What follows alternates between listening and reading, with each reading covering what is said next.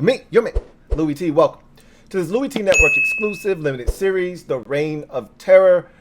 We are now on chapter 10 as we get through the 23 years of pure hell Daniel Snyder has put this fan base through.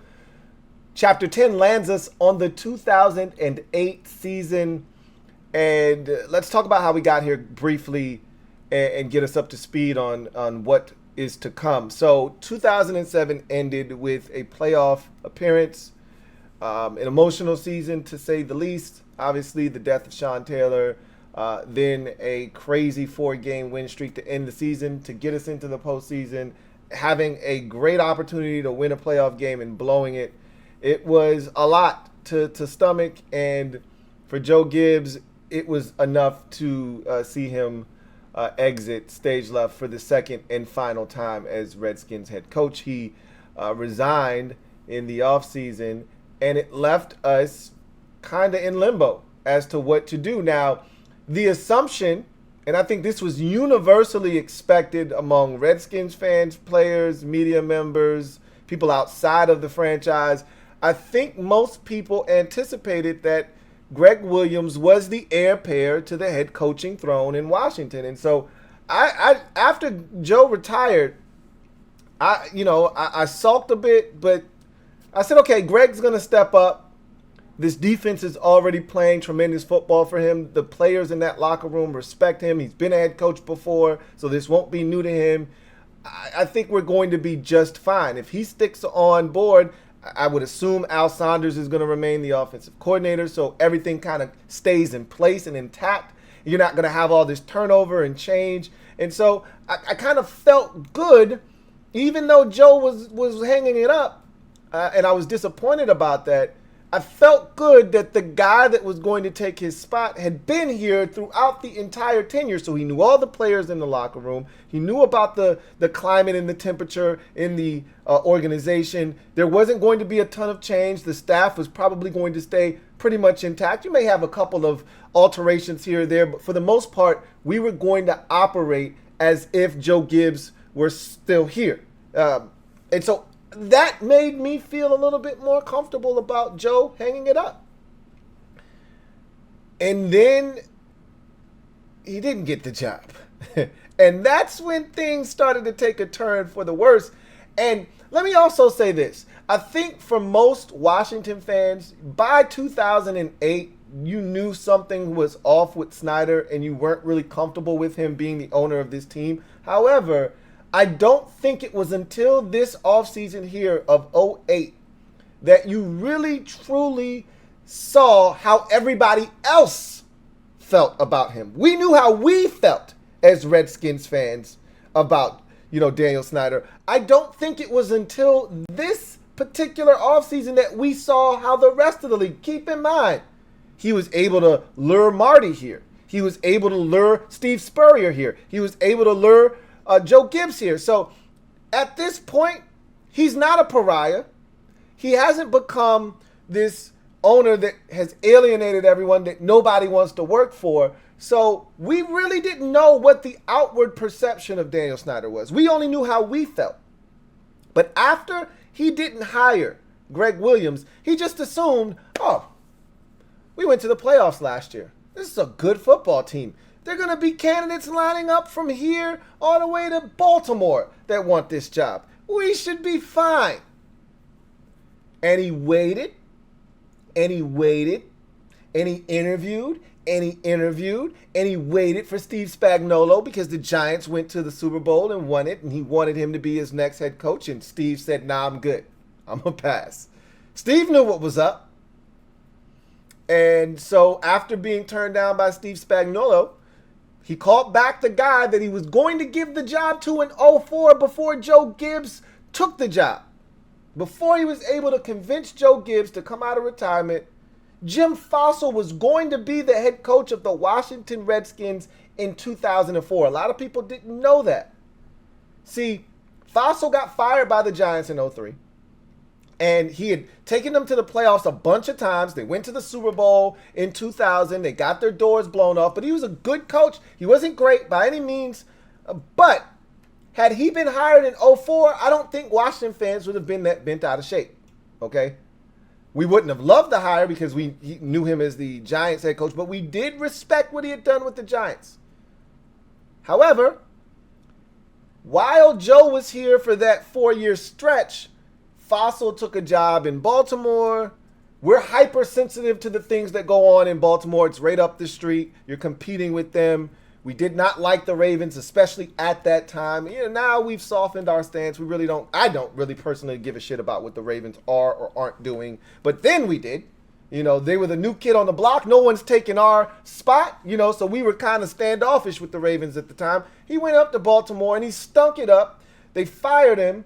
And they ultimately went on to have success after he got fired. So a lot of people attributed the struggles of the Ravens offense to Jim Fossil. And so we were saying we don't want him anywhere near our team. So when word got out that Jim Fossil was going to be the next head coach of the Washington Redskins after the '07 season, after Snyder waited on Spagnuolo and he went through all these searches, the fans pushed back. We were in an uproar. We're like, hell no, we're not standing for this shit. You better not hire Jim Fossil. And it felt like it shook Dan Snyder's cage a bit. It rattled his cage, and he's like, oh shit, we may lose money here. Season ticket holders are threatening to, stop being season ticket holders. You've got people saying that they're not coming to get. Hey, wait a minute. Let's rethink this. He had already hired Jim Zorn, so the shit was all out of whack. They had already hired Jim Zorn as the offensive coordinator. Before you hire a head coach, you've hired the offensive coordinator. What are you doing? So,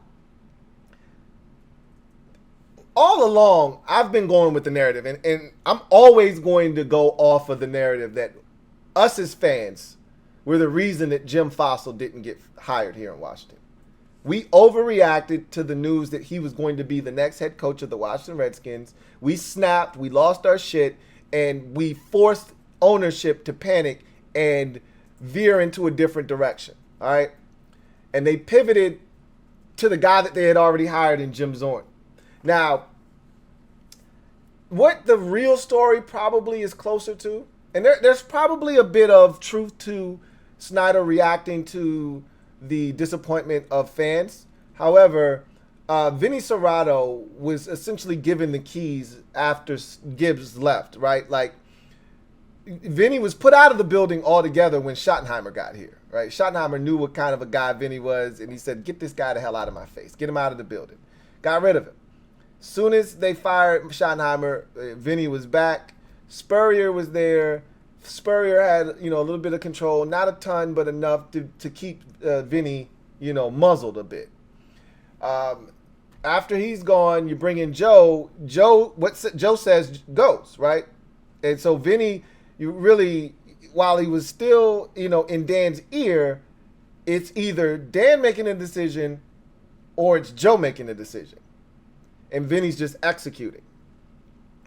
For the first time, Dan was giving Vinny autonomy to go out and be the guy. You get to hire the coach. And Vinny's like, I'm in control? Oh, shit. All right. All right, so this is what I'm going to do. I'm not going to hire a coach that's going to step on my toes and tell me what to do. I'm not going to hire a coach with chops that's won in this league that has respect, because if he comes in here, I'm going to have to take a back seat like I did with Spurrier, like I did with Gibbs, and I ain't trying to do that. I want control. And if I want control, I got to hire a nobody. Somebody who's never done it before, who's just going to listen to what I say. So, with that in mind, Fossil's got to get the hell out of here. Because Fossils has got chops. He's been in this league. He's won. He's been to a Super Bowl. He ain't trying to hear that shit I'm talking about. Steve Mariucci was another guy, if you recall, that we were very interested in. And Mooch, I think, would have taken the job because he was, trying to get back in. And as you can see, Mooch hasn't gotten another job in the league. So I think Mooch might have been a guy that would have considered taking the job. Maybe he wouldn't have taken the job. And if you ask him now, he might say, no, I would have never taken the job. Yeah, you say that now. It's easy to say that now, 20 years after the fact. But back then, Mooch trying to get back in the league and be a head coach, he probably would have taken the job.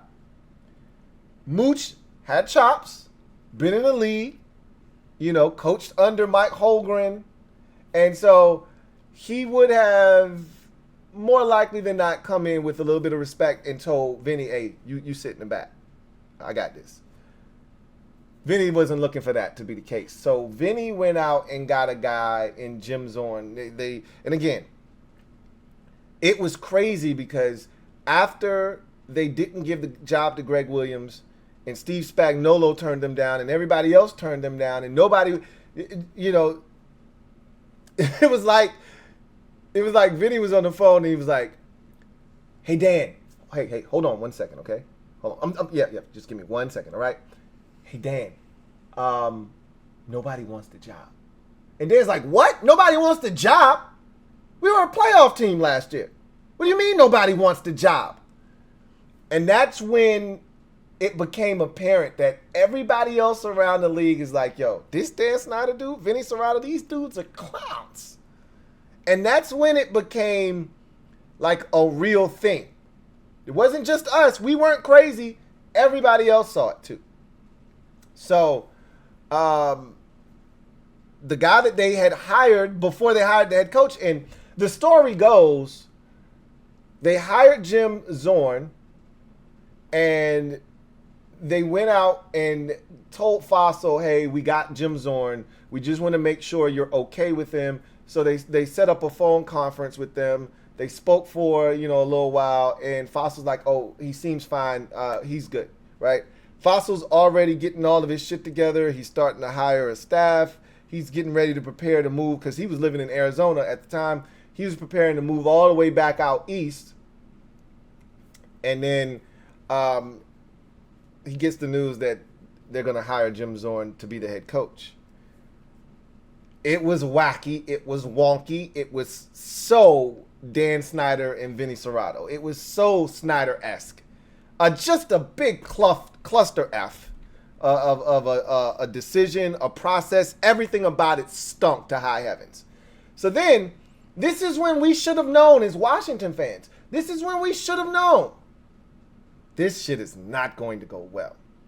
They hired Jim Zorn, and in his introductory press conference, the man said, my family can't wait to wear maroon and black. Oh, and yellow. So our team colors are maroon, black, and yellow. Yeah, don't want to forget about the yellow. Interesting. So this man gets the job, and there's so many stories about this. I used to listen to the Kevin Sheehan Show podcast, and Tom Lavero would always tell, the story about him having to change suits. He's going to be the head coach of the Washington Redskins. And there's so many funny jokes when it comes to Jim Zorn that I can't wait to get to. We'll do that in chapter 11. But that one was the one that blew my mind when he first got the job. Did this guy just say maroon and black? And yellow?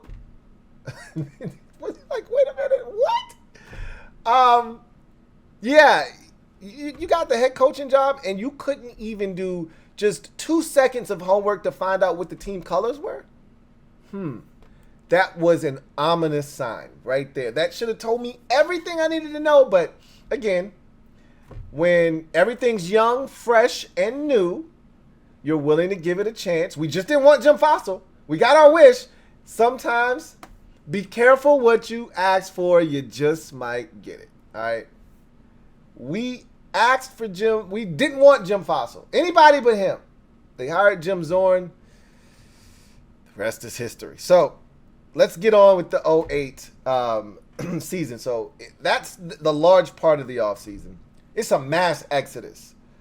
Out with Joe Gibbs and Greg Williams, and so with those guys went a bunch of core players that were on this roster that helped make this team a solid, contender the last couple of years with Joe. A lot of guys were gone. However, they did sign, who was a guy that they signed in 2008? don't know. Was there a big signing in '08? I do know the '08 draft was the one that we always joke about.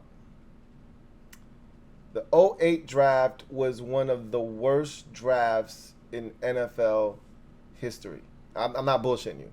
So Washington trades out of the first pick because we made the playoffs, so we had the 24th pick. We trade out of the first round with the Atlanta Falcons, who had 2 second-round picks. So we package up a deal, first, a third, and like a seventh or something like that, or a fourth or whatever. I think we swapped fourths. That's what it was. A first, a third, and a swapping of the fourth.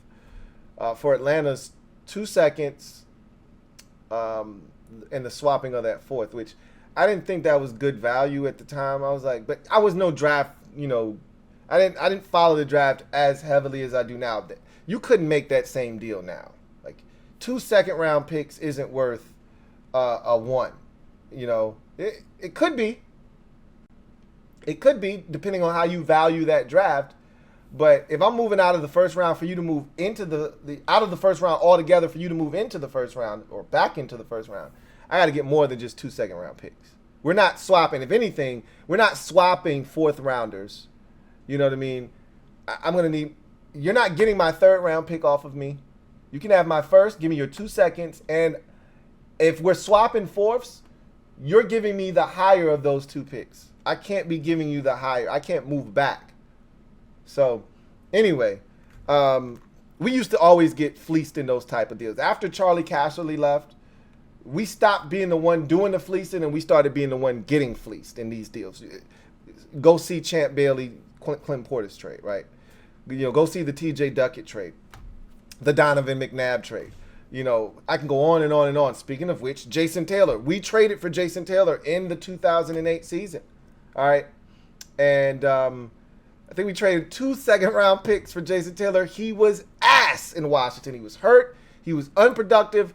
This always happens to us where we go out and get a guy, and usually this happens when you go out and get aging veterans. We always get the aging veteran that does absolutely nothing here, okay? Nothing. We get the worst of these guys. We got the worst of Deion Sanders, and he wasn't terrible in Washington. I got to reiterate that. We didn't get what everybody else got. We got nothing out of Jeff George. We got nothing out of Mark Carrier. We got a little something out of Bruce Smith. But Jason Taylor was an epic fail. Epic fail. So,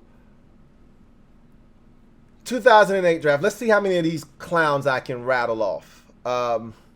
Obviously, the second round is the big round, right? That's Devin White. That's Devin Thomas, Malcolm Kelly, Fred Davis. Okay, so the 3 second rounders, 2 receivers and a tight end.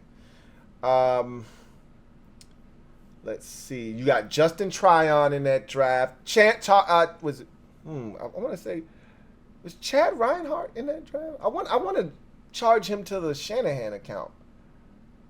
No, theirs was Larebis, Josh Larebis. So yes, Chad Reinhardt is in that draft.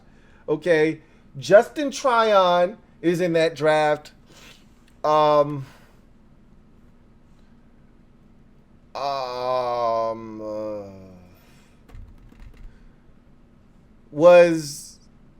Chris Horton was in that draft because he had a hell of a rookie season. Chris Horton was in that draft. Rob Jackson was in that draft. Was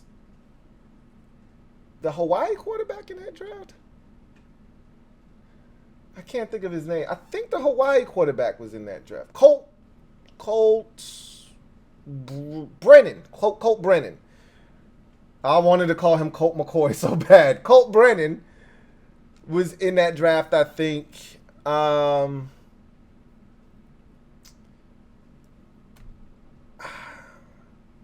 What's the name of the damn safety that used to wear all the goddamn finger tape all over his hands? Kareem Moore. Kareem Moore. I feel like I'm forgetting a player or two. We drafted a damn punter that year, too.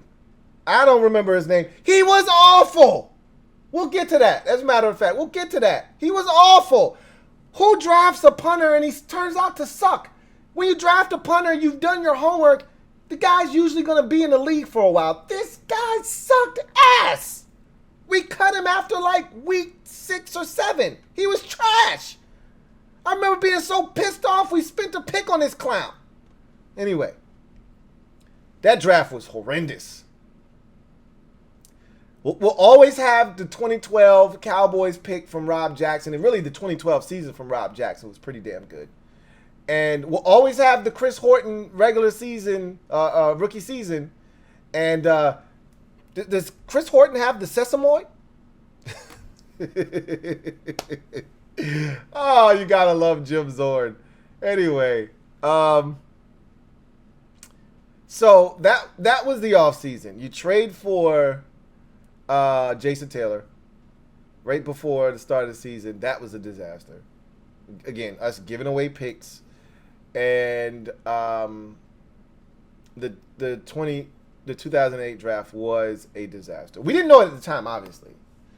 So you go to the regular season, and I'm not gonna lie to you, I didn't know what to expect from Jim Zorn. All we kept hearing was West Coast, West Coast, West Coast. He comes from a West Coast system. He was under Mike Holmgren as his quarterbacks coach, and so all we heard was West Coast, West Coast. So what does that mean for Clinton? Are they going to minimize the run game? No, they kept everything intact in terms of the run game, and it was a short passing game, and Jason excelled at that. And so we get into the regular season, and week 1 hits, and I did not appreciate this shit. We made the playoffs. Don't treat us like this. They threw us against the Giants, who had won the Super Bowl the year before, on a Thursday night. You know, that's banner night. They're dropping the banner that night, and it usually does not go well for the road team. As a matter of fact, I think that's the first year, 08 might have been the first year, might have been 07, that they started doing that Thursday night game to kick off the season where they drop the banner, and the team that won the Super Bowl the year previous starts the season off at home. It was somewhere in that mix where they started that tradition. We went there. This was a lackluster game. We lose to the Giants 16-7. I think we might have even gotten a punt block that night, if I'm not mistaken. It was a really, really sleepy game. It was a hard game to watch, and I'm like, this isn't good. This isn't a good start for Zorn. But I was not off the Zorn train quite yet. But that was a tough start to the season, and my favorite Jason Campbell game of all time was the following week. Saints come to town. It's our home opener. Zorn's first game coaching the Maroon and Black at FedEx Field. And we fall down to the Saints in that game. I think we were down 24-13,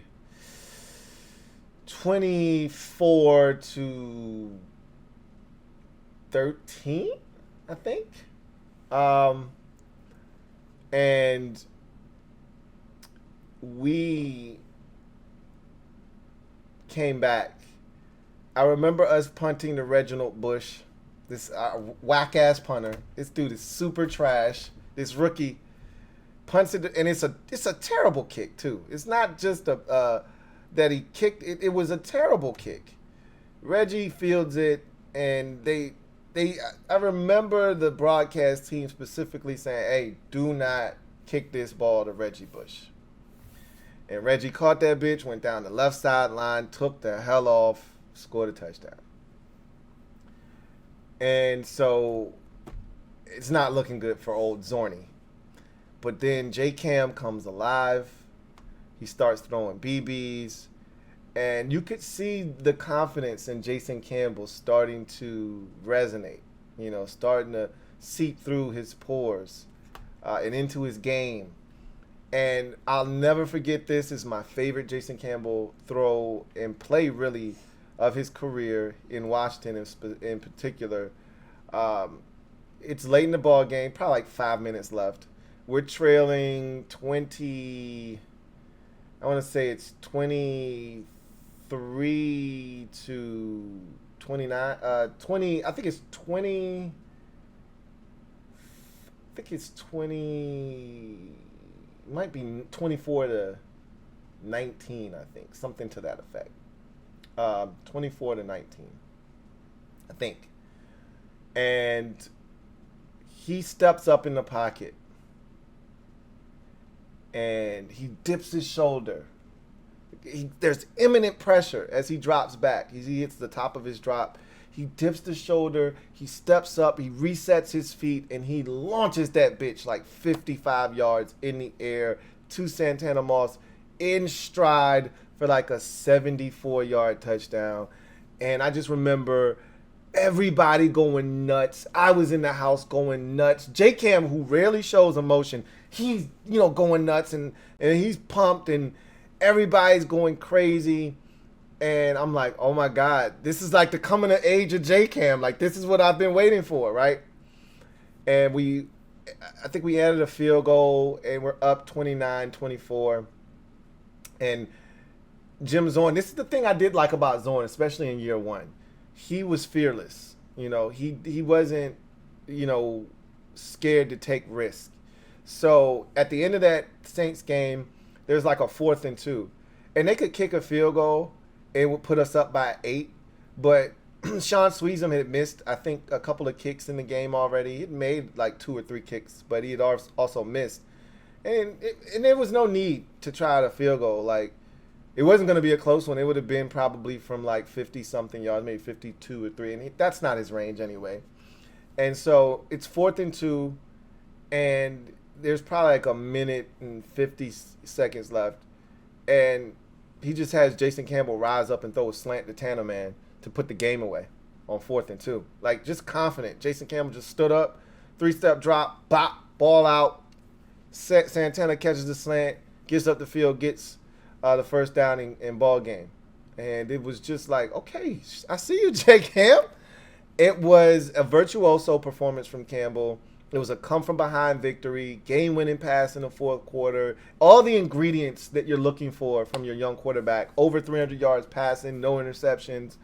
Just thought he managed a game that didn't start out well for us. So proud of him.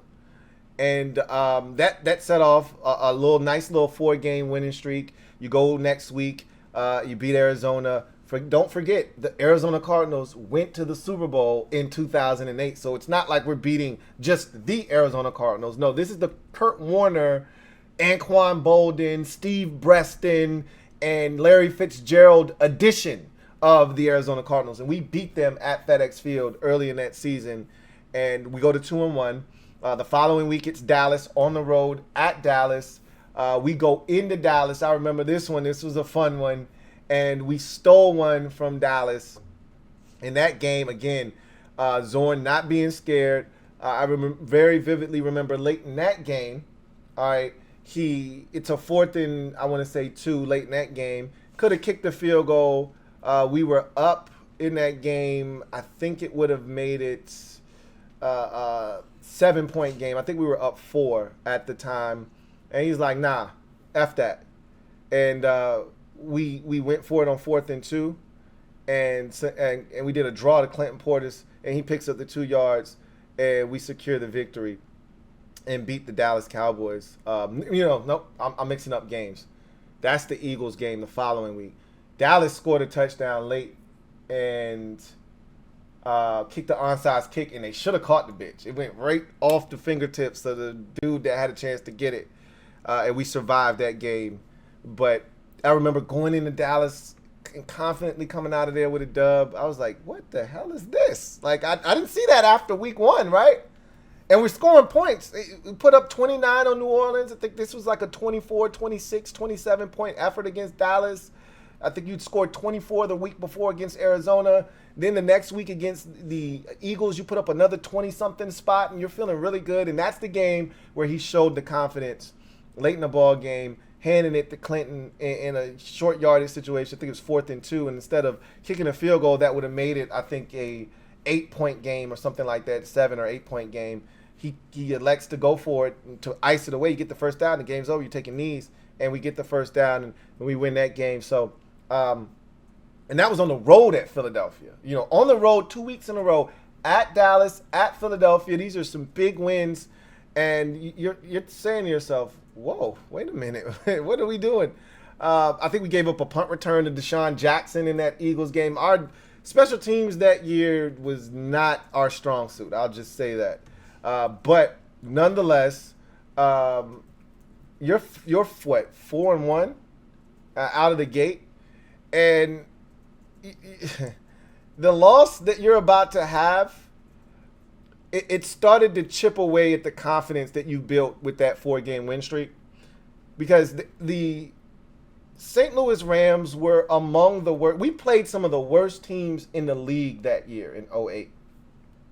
So you got the Rams on the schedule. I think the Rams were the second worst team in football, because we played the worst team in football. The 2008 Detroit Lions, we all remember, went winless. 0-16, only team in NFL history to ever go 0-16. All right. I think, never mind. I take that back. The Browns did it with, what's my man, 2 cuts in the eyebrow trying to wild out. Hugh Jackson was their head coach when they went 0-16. That had to be, what, 2000 and, what's the year they got Baker Mayfield? What draft was that? That's the 18 draft? Nah, that's too recent. Hugh ain't go 0-16 in 2017. That's too recent, right? Maybe he did. I don't remember. Anyway, at the time, the Lions were the only team to do that. So we had them on the schedule. Cincinnati was a horrendous team that year. We had them on the schedule. So we had a lot of bad teams on the schedule that year, as well as the 2 teams that played in the Super Bowl, Arizona and Pittsburgh. So we had the schedule was crazy, just like the '08 season was crazy. So the Rams come to FedEx, and we're playing hot football. We won 4 in a row. We just came off of 2 big road games against divisional opponents. We're feeling good about ourselves. And this is a terrible Rams team. They haven't won a game all season long to this point. They would go on to go 2-14 on the season. We were one of the 2 wins that they had, which just makes you want to vomit in your mouth. But we made every mistake you could make in this game, other than Jason Campbell throwing an interception. We fumbled. We did stupid shit, penalties, negating plays. I mean, we were just a mess, all right, in that game. And still, even with all of that said, you've got a chance to head into halftime up 10-7. With all of the mistakes you've made, you're playing terrible football, you've still got a chance to be up, I think it would have been 10-7 at half. And we were in field goal range, so it probably would have been 13-7 if you don't get a touchdown. But Jason Campbell throws a pass. We're deep in Rams territory here. We're going in for points. Whether it's a touchdown or a field goal, it would have determined if we were going to blow them out and do what everybody else did to them, or if they're going to hang around, but we probably win the game. If this doesn't transpire, we're probably going to beat the Rams. They were horrible. I remember this like it was yesterday. It was the stupidest shit. And to me, it epitomized what we were that year as a football team. We just couldn't get out of our own way. So Jason Campbell throws a pass. It gets batted up in the air. Pete Kendall, one of our offensive linemen, he has this bright idea. Oh, shit, football's in the air. I'm going to catch it instead of batting it down. He catches it. Offensive linemen don't know how to carry the ball. Of course he doesn't. So he's running with the ball. Before he even gets 2 yards up the field, he gets hit. The ball squirts out. And, of course, all the skill guys are down the field running routes. So Oshimano Atogwe picks up the football and scoots about 80 yards down the field for a damn touchdown. And I remember thinking to myself, what the man? What are we doing? It's the Rams. And that play gave them confidence going into halftime. They hung around. We kept doing dumb shit. We did take the lead 17-16 late in the game, and I thought that would be enough. But in typical Washington fashion, we give up a big play down the field, and I think they even had a penalty that negated that, and we still let them get down the field in the field goal range, and they hit the game-winning field goal, and they partied like it was their Super Bowl because they hadn't won a game. And I remember thinking to myself, we suck. And we were 4-2, and I was like, man, we suck. But you're entitled, and I told you this is why we're never dominant, because dominant teams find a way to beat bad teams, even if you don't have your fastball that day. You find a way to win that game. And we did. That's what we do. We find a way to lose games to teams we have no business losing to. Just like we have this penchant for beating teams that we have no business beating. So now you're 4-2. You bounce back with 2 straight victories. But I'm going to tell you the one that really stuck in my craw and really got me to thinking, hey, this shit is starting to go south. What's going on? I would later find out what the problem was. But in the moment, I didn't know. The following week, we go, keep in mind, we didn't score shit against the Rams. We've been scoring all kinds of points to start the season off, aside from week 1 against the Giants. We'd scored, in 4 straight weeks, we'd score points. All right? And then we get to this the Rams game, and we struggle. We lose to score. You go to the Browns the following week. They suck, too, by the way. The Browns suck at the time. I think they ended up having a solid season. But we go to Cleveland, and I think the Browns did suck that year, like 4-12 sucked. So we go to Cleveland. It's 0-0 at halftime. I just remember saying, what are we doing? Like, where's the offense that I saw early in the season? And, we end up scoring 14 points. We're up 14-3. Those boys make a little comeback. And actually got a chance to tie the game up. They score a touchdown. They go for 2. They get it. It's 14-11. They got a chance to kick a field goal. And Phil Dawson was a really good field goal kicker at the time. I thought he was going to make the shit. He missed it, and we survived 14-11. And so that was not impressive. And again, I'm losing confidence in the offense. Defense was outstanding. Greg Bloch took over the defense. And he picked right up where Greg Williams left off. We were still aggressive. We were still physical. We were playing quality ball. So no complaints out of the defense. So the following week, we beat the Detroit Lions on the road. And this game is memorable because, to me, I call this the Santana Moss game. Tanner Man had a big catch for a touchdown down the right sideline. And then we rarely put him back on punt returns. But we stuck him back there in this game. We needed a little bit of juice. The Lions were winless. We already lost to a winless team earlier this season in the Rams. We weren't trying to duplicate that feat.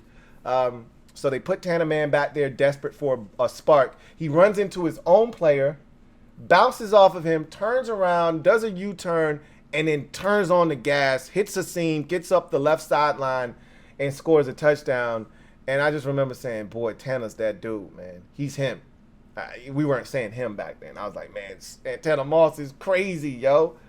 And so we beat the Lions. But if you look at Santana's touchdown and how the offense played again, you're like, it still wasn't that impressive. You take away the Tanner Man return for a touchdown, and the fact that the Lions are not just bad, they're horrible, right? They're like one of the worst teams in football.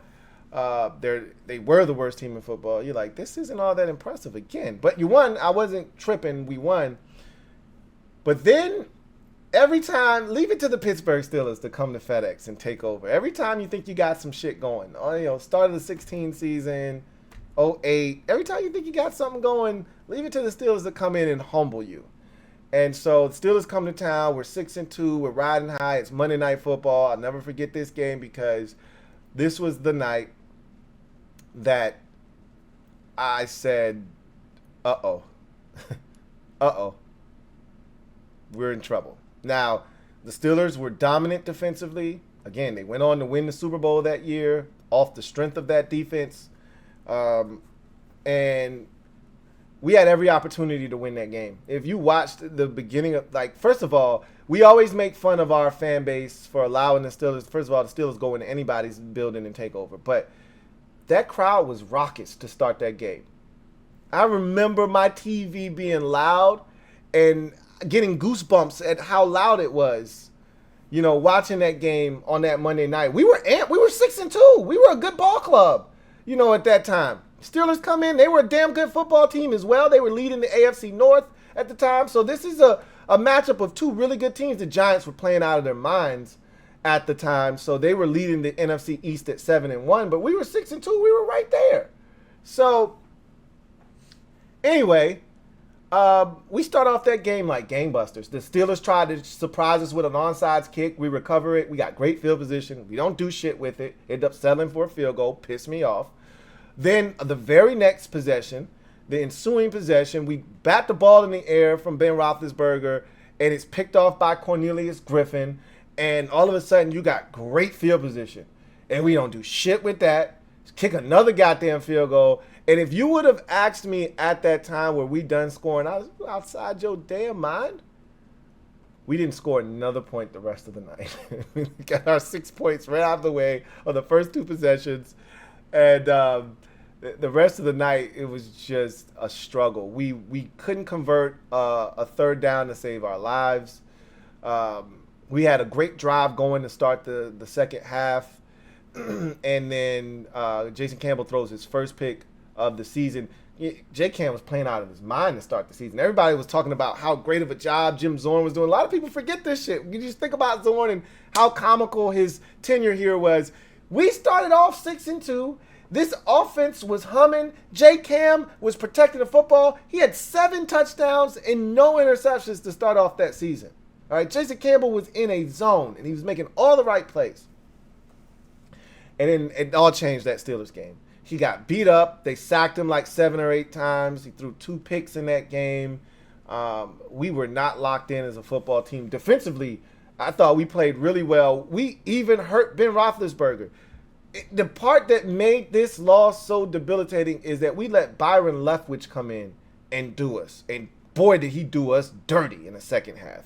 Leftwich, with that long, nasty, stinking-ass wind-up, was slinging that bitch all over the field.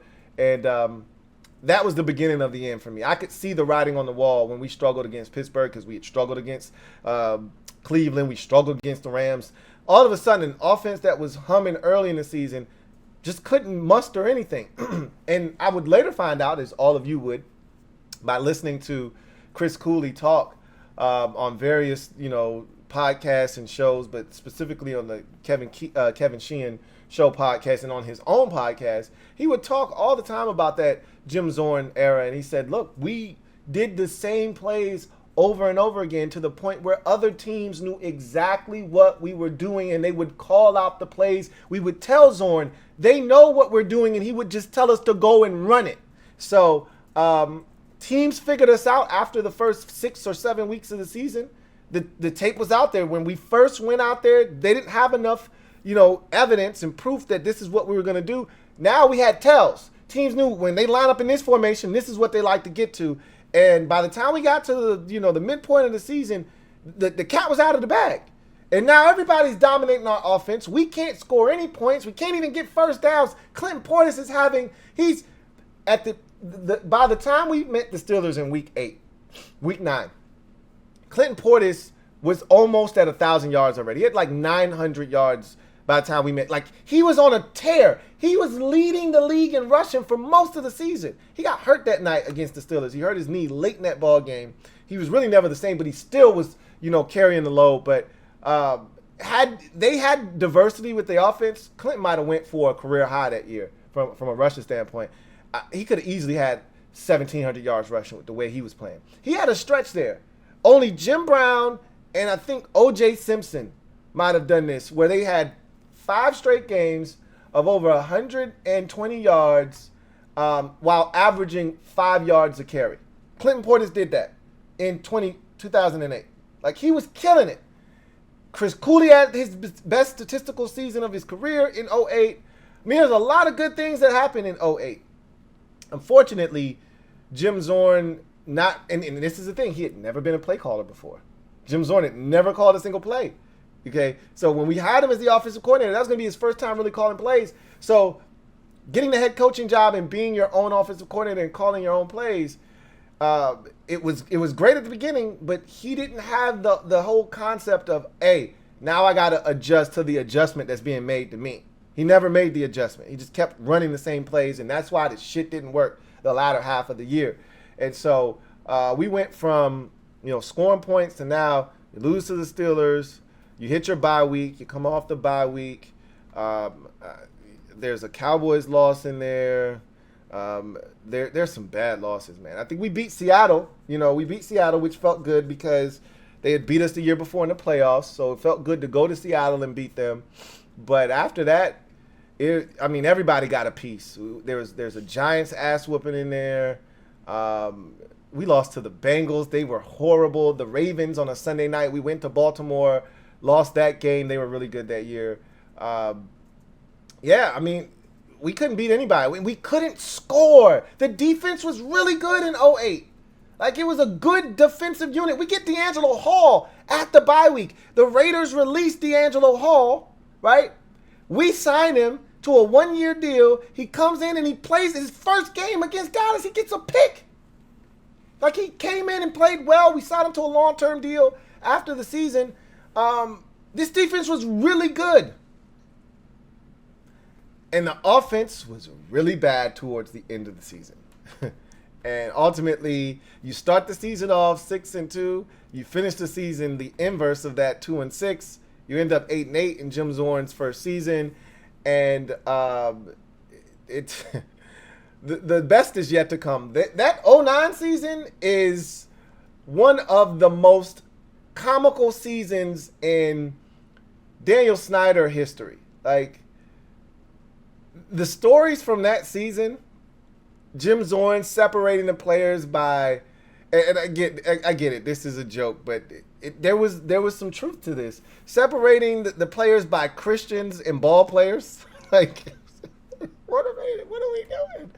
He used to get mad at guys for not wearing the right apparel at practice. Like, we heard all these stories from players. Portis and Moss and Cooley would tell these stories, and you're like, this is incredible, right? Jim Zorn. But the best is yet to come. You get Bingo Caller in 2009. What was the phrase that Zorn used? Comply. You get Comply in 2009. You get Swinging Gate in 2009. Wait till we get to chapter 11, okay?